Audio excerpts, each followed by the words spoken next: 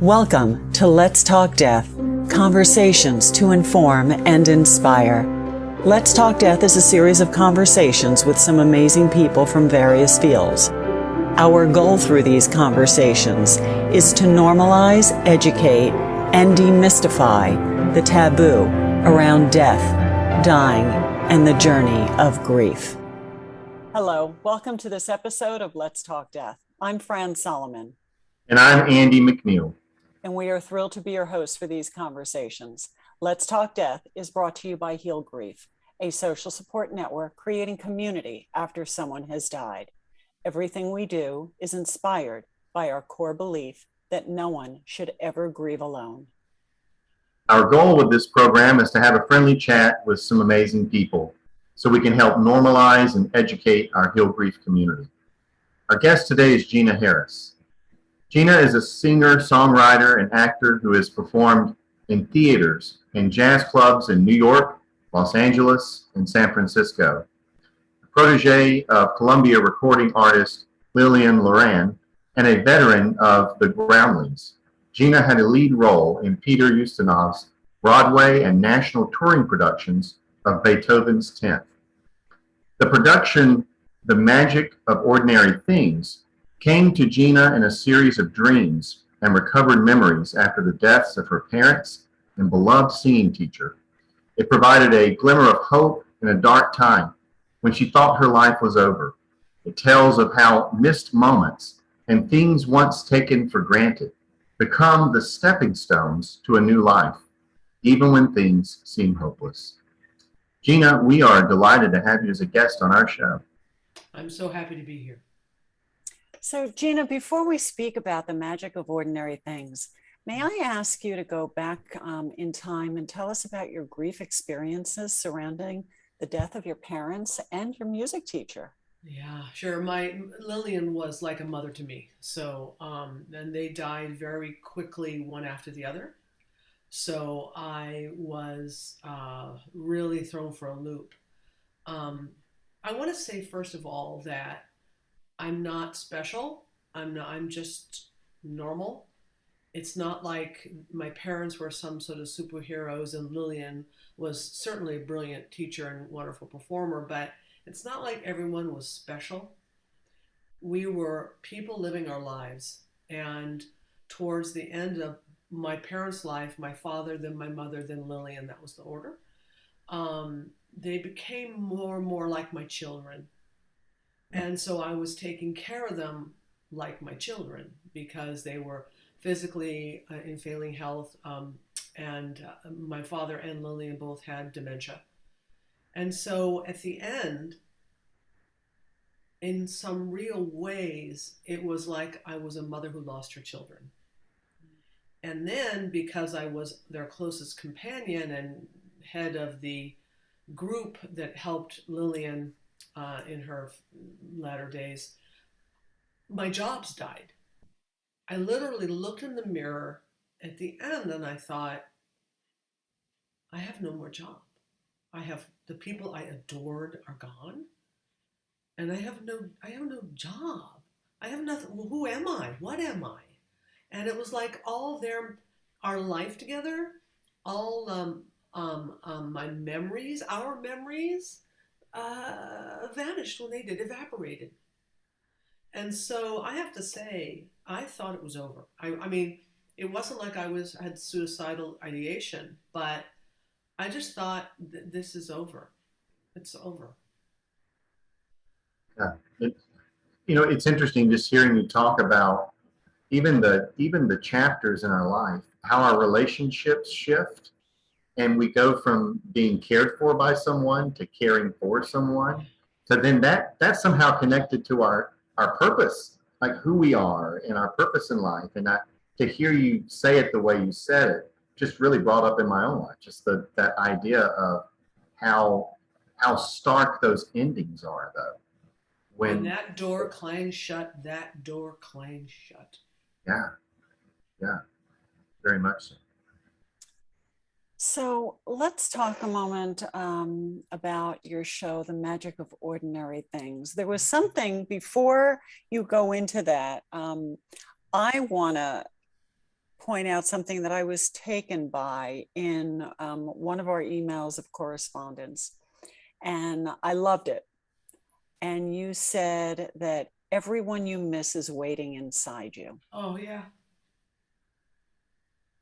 That's so true. Pardon me. So, Yeah. what I mean is, when I thought it was over, and I thought they were all gone, and I thought I had nothing.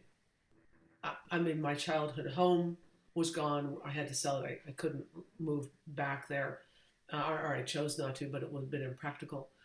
So everything was gone. All the memories, all the tangible things were gone. And so I thought there are things I would like to say. Don't we all have things we would like to say? Even those of us who've said everything we can think of. So I thought, wow, what am I going to do? How am I going to go on? How can I think about my parents? How can I keep Lilian? And then my mother came to me in a dream. May I tell you this part? Please. Yeah, So, sure. pardon me. Anyway, my mother came to me in a dream 3 months after she died. So I was still with Lilian, and she said, "It's okay. You need to write about this. It's okay. We're not gone."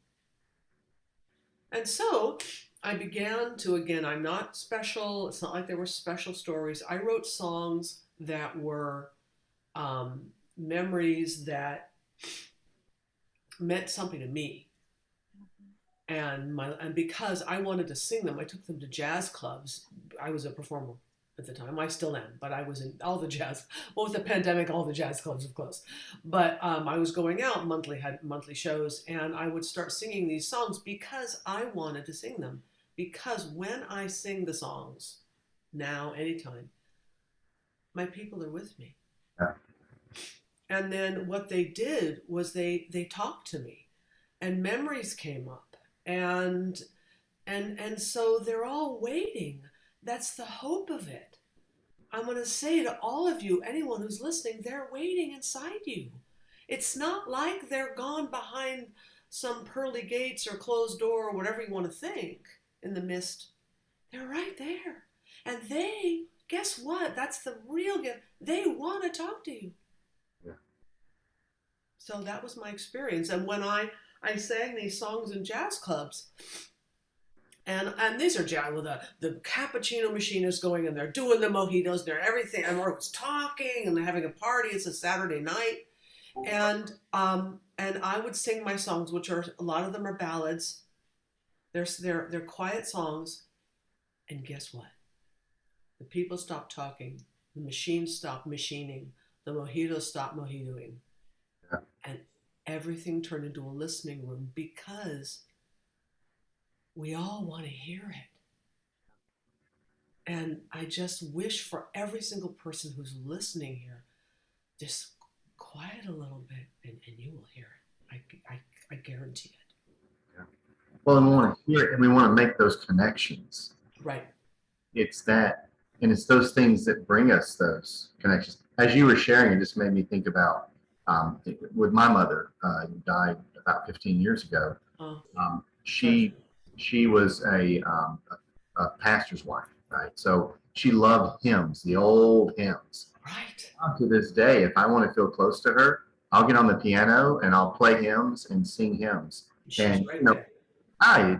It's that sense of connectedness is just present, ever present when I'm doing that activity. So thank you for just that perspective, because it is so many people who come to us, they say that it's such a stark change when the person dies. It's like that is over, and in a lot of ways it is like turning a page and turning to a new chapter. The question is, what does that new chapter look like?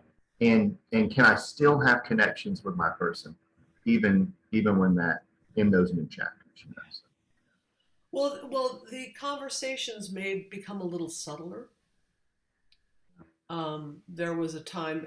Do you have another question, Fran? I don't want to go on if there's No, something. go ahead. It's a conversation, absolutely. Okay. And then I Okay. want to make sure that we really focus in on magic of ordinary things. Well, yeah. I mean, this is a song I wrote. It's called "I Took a Train," and it was one night when I thought, it's like when I was writing the songs, I felt my parents were with me. Lilian was with me, and then I just somehow felt the magic was gone, the mystery was gone. And in a dream, I thought of, I took a train home to find you. And what the song says is, it wasn't in outside. I haven't lost you, you're in me. And so that's, I mean, so I would sing these songs out, just talking about the show. I was singing these songs out in jazz clubs. And then one night, and I Took a Train was the song, it's a blues, and people really like it. And I was singing it, and it was really great, and I was feeling really good about myself, and the songs literally tapped me on the shoulder and said, by the way, we're a show. A what? Oh, yeah, we're a show. I said, well, I've never written a show. That doesn't matter. Figure it out. And I'm not kidding. Actual words. So I thought, okay, well, I had these songs that I wrote when people died. They had nothing to do with each other. And so normally you have a story and you fit in music, right? That's normally how it works. Or you work together, creating a moment of the song, whatever. I had these songs. I found a director. He's incredible, Michael French. And we made this show. And then it was part of the Let's Reimagine Festival, which is Let's Reimagine End of Life. You know that group, I'm sure. And it was one of the highlights of their 2019 festival. And then it was part of the Marsh Rising 2020. It was again sold out. I did 4 sold out performances. People loved it. People were just feeling it. And then the pandemic hit. All the theaters are dark, right? So, okay, again, it's over. I'm done. It's over. Oh no. And then my song said, no, it's not over. You need to get your music out there. Try a podcast. A what? A what?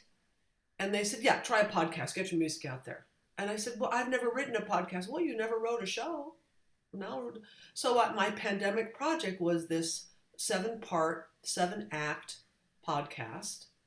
It's a limited series, more of an audio drama, like those old radio dramas, Yeah. With the sound effects and everything. And I have it, and I'm trying to get the music out there for people. Well, I do have another question about. So with the podcast, it's a 7-part. So it's people would just like it's actually separate. So what happens is it debuted on October 3rd. Okay. And so it's on my website, which is ginaharris.com. Okay. Or it's on Apple Podcast or Podchaser. You go to my website, you go to explore the podcast on the podcast page, Right. and all the links are there. Or the actual episodes are there. Every 2 weeks, an episode drops. Okay. So we've just dropped 3 episodes. So you have the trailer and 3 episodes. And then at the end of all that, then we'll have 7 episodes, and then they're going to be a full version of the show will be there on my website or any place Google, Amazon, all the normal places people listen to podcasts. My podcast will be there. Just search for Gina Harris, The Magic of Ordinary Things. Beautiful. Amazing. And are they all music, or are they story time too? It's a musical. Think of listening to a musical, and it has transitional music, and we have a fire somewhere. Do you hear that? Just real life. So think of it so that all the songs are there, because I have an album also called The Magic of Ordinary Things. Anyway, so I have a CD. No, hold that back up. Hold that Oh, back up. I Hold have a that back CD. up. I have a CD. You can, that's my CD. Amazing. Yeah, Wonderful. it's my CD. So That is beautiful. I remember as a child, we would sit, we had these, obviously we had the record players back then. right. So we would have the record, we had the record player of, we had Music Man, we had Oh yeah. of Oz, and we would listen to them on the Yeah. record. Well, so what that is that's just songs. You have maybe a little bit of talking. To me, he's a music man. He's what? He's a music. You have that little bit. But with me, it's like it's my entire stage version. Magic of Ordinary Things. We've never said it's a one-woman show. Wow. So it's my entire version of the show. But I had some visual jokes. At one point, my mother's really mad at me because I'm not taking the Kleenexes out of my pockets before putting things in the wash. How many people have done that? A million times. And it's a scene called 516 because that's the number of times in my life she's told me to take the Kleenexes out of my pocket. So she says, I'm trying to teach you to be a careful person, careful, considerate, doing everything I can. And she goes upstage and she throws these Kleenexes she's gathered and they make a mess. And it's a visual joke that everyone really got to laugh every time because there she is and she's just so into her that she makes a mess. Okay. And so that's a visual joke. So I changed that to suddenly she has a vacuum cleaner. So it's a sound. So it's the entire scene. Or at one point I put myself on trial as a daughter because no matter how good a job I did, the part of my brain that hates me, that wants to make things worse, so I play the prosecutor, the judge, the bailiff, and we have a whole courtroom scene like Law and Order, where I'm judge and jury. It's the trial of my mind. And when I'm speaking to audiences of people, I always ask this question. I always say, does everyone else in the audience, or is it just me, have that voice in the back of your head that could constantly judges you, tells you bad things about yourself? And it's been there since I was a kid. And it's like, I don't think we ever outgrow it, but we have to learn how to navigate it because. I'm right. So I visual. So the bottom of my the bottom of the nadir of my story, the bottom of my story is that I wasn't at my father's side when he died. I wish I had been. I had been there every moment. But I went on, I just didn't listen to the voice. I had this stupid trip planned I didn't even care about, but it was like the plan. Yeah. And I didn't hear the voice. And I was devastated. But then I was sitting in Grace Cathedral here in San Francisco, beautiful cathedral, and I was hating myself. This is the months after my father died. Hating myself so much. I let my mother down, let my father down. After all that, what was I thinking? Or not thinking, and they started singing. There's an a cappella group called Anonymous 4, and they're women who do songs from the medieval times, 11th century, 13th century, but they also do American spirituals. And they started doing late in the show, so one night, shall we gather by the river? We all know that, right? Yeah. And I had two thoughts, and one was, yeah, like there's a river, please. And the second thought was, oh my God, do I want there to be a river? And so I wrote the song River after the trial because the voice was there and the voice is mean.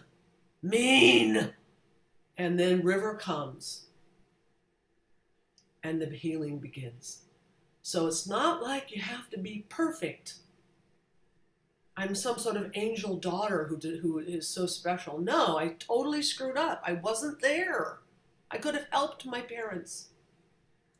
Yeah, we often share in our virtual groups about the gift of being kind to ourselves for the things that we didn't do, couldn't do, didn't know to do, that we didn't know what we didn't know, and to be kind to ourselves.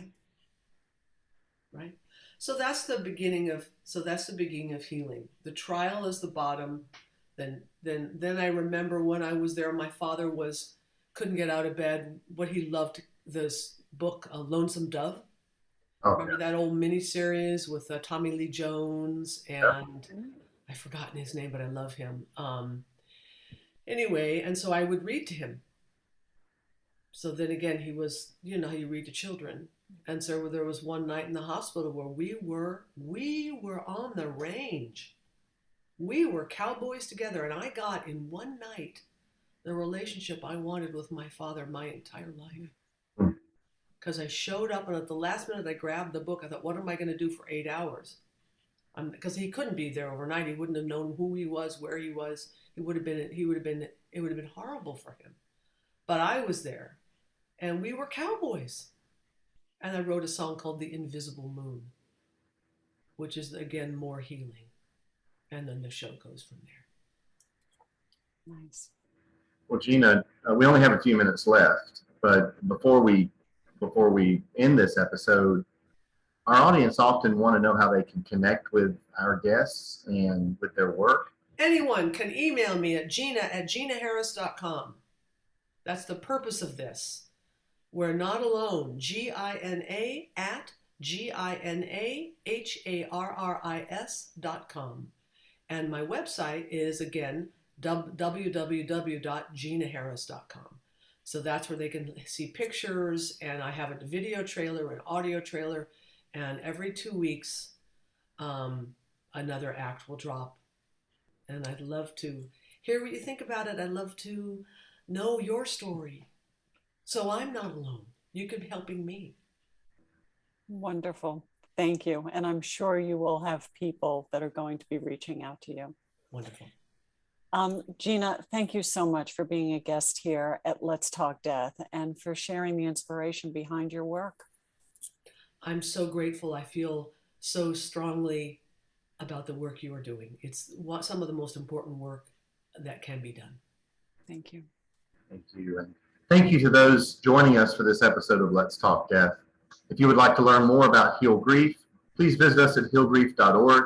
At healgrief.org, you can learn more about all of the programs and resources here at Heal Grief, including our national network of support for grieving young adults, a program we call Actively Moving Forward. And if you know of a bereaved adult, refer them to our AMF app, where adults of all ages connect with others experiencing a similar death loss. And last, make sure to sign up on healgrief.org to receive our newsletters and links to future episodes of Let's Talk Death. So again, thank you for joining us, and we will see you next time on Let's Talk Death.